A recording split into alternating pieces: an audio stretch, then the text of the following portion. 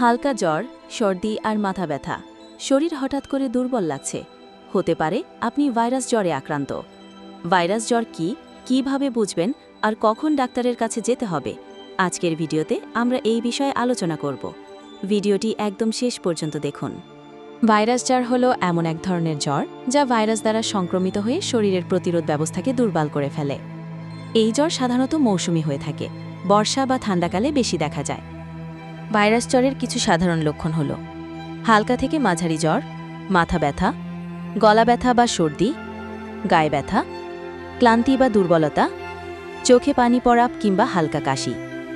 এই লক্ষণগুলো সাধারণ ঠান্ডাজনিত জ্বরের মতো হলেও ভাইরাসের সংক্রমণ অনেক সময় শরীরে ছড়িয়ে পড়ে। তাই লক্ষণগুলো গুরুত্ব সহকারে দেখুন। ভাইরাস জ্বর হলে আপনার কিছু করণীয় রয়েছে। প্রথমত, পর্যাপ্ত বিশ্রাম নিন। এরপর প্রচুর পরিমাণে তরল খাবার গ্রহণ করুন, যেমন জল, স্যুপ, ফলের রস ইত্যাদি। জ্বরের জন্য প্যারাসিটামল নিতে পারেন। হালকা খাবার খান, যেমন খিচুড়ি, ফলমূল। নিয়মিত হাত ধুয়ে নিন।